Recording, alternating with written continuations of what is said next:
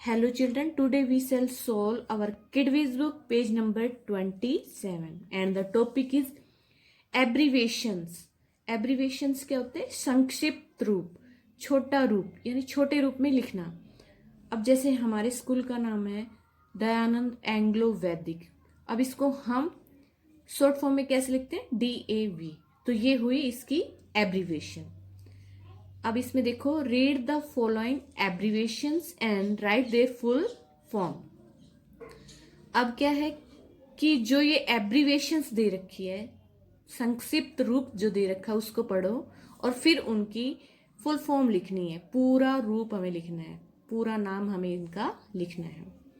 Medicine mean दवाइयाँ, तो इसमें RX का मतलब क्या होता है?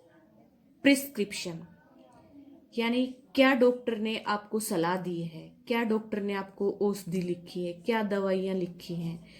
RX जो है लैटिन भाषा का वर्ड होता है जिसका अर्थ होता है टेक मतलब लेना। तो ये दवाइयाँ आपको लेनी है, इसलिए इसको लिखा जाता है, डॉक्टर इसको यूज करते हैं। RX मतलब प्रिस्क्रिप्शन, ये दवाइयाँ आपको दी जा रही है। नेक्स्ट नंबर 2, OPD का अर्थ होता है O for out, P for patient और D फॉर डिपार्टमेंट, यानी आउट पेशेंट डिपार्टमेंट, भारी मरीज विभाग।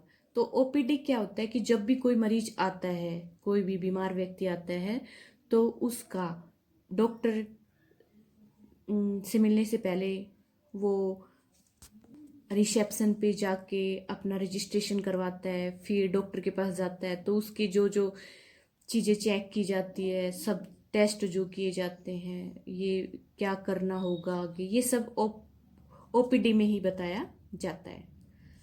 नंबर 3, TAB, टैब को कैसे लिखेंगे? टैबलेट मतलब गोली, जो डॉक्टर हमें गोली देते हैं ना बुखार वगैरह की, वो। Number 4, OT, operation theatre. OT का अर्थ होता है ऑपरेशन थिएटर। अब ऑपरेशन थिएटर मतलब शल्य क्रिया जहाँ पर होती है, जैसे कोई भी बॉडी का पार्ट हमें निकालना है या कुछ भी चीज़ बॉडी में खराब हो गई, उसको ऑपरेशन करके काट छांट करके ठीक किया जाता है, वो किस में होता है? ऑपरेशन थिएटर में। फिर है नंबर 5 पर ICU। I का मतलब instant, C for care unit, तो ये तुरंत देखभाल इकाई।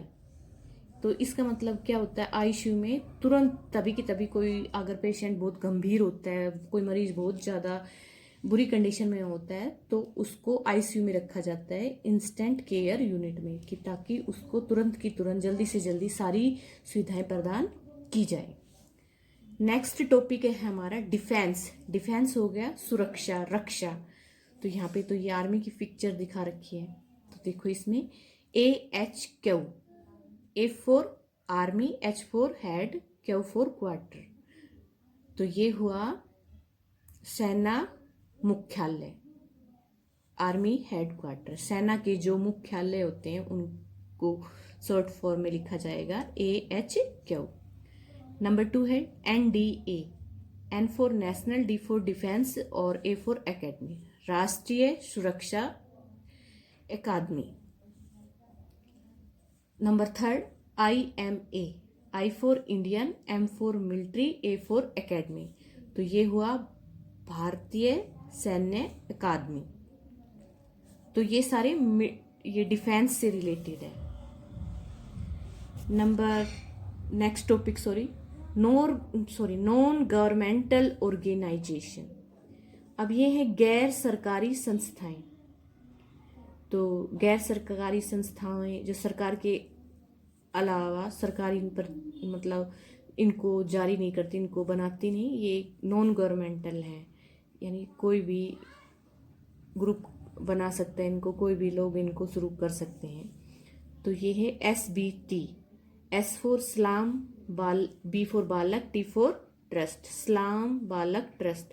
तो ये है बेटे एक संस्था है, जो भी बच्चे रहते हैं, उन किसी भी प्रकार के जो गलियों में घूमते रहते हैं, स्ट्रीट होल्डर जो बच्चे होते हैं जिनको कोई फैसिलिटी नहीं मिलती, तो उनको ये पढ़ाई का भी, अच्छे खाने वगैरह की सारी सुविधाएं प्रदान करते हैं। नेक्स्ट है 2CRY, तो ये चाइल्ड राइट एंड यू, ये भी है चाइल्ड, बच्चा हो गया, चाइल्ड मीन बच्चा, राइट मीन अधिकार, बाल अधिकार, और यू, ये भी ये संस्थाएं हैं जो बच्चों के अधिकारों के लिए, बच्चों को सभी फैसिलिटीज प्रदान करने के लिए बनाई गई है। Number 3 WVI, world vision India, ये भी एक ऐसी संस्था है। वर्ल्ड विजन इंडिया में अब जैसे कि कोरोना महामारी के समय भी ये वर्ल्ड विजन इंडिया जो है, ये एक नॉन गवर्नमेंटल ऑर्गेनाइजेशन जो है, ये लोगों को खाना, कपड़े वगैरह की सुविधाएं प्रदान कर रही है। ये लोगों का ऐसा समूह है जो महामारी के समय जिन लोगों को जिस भी चीज़ की कमी है उसको प्रदान करने के लिए सेवाएं दे रहे हैं। थैंक यू बेटा।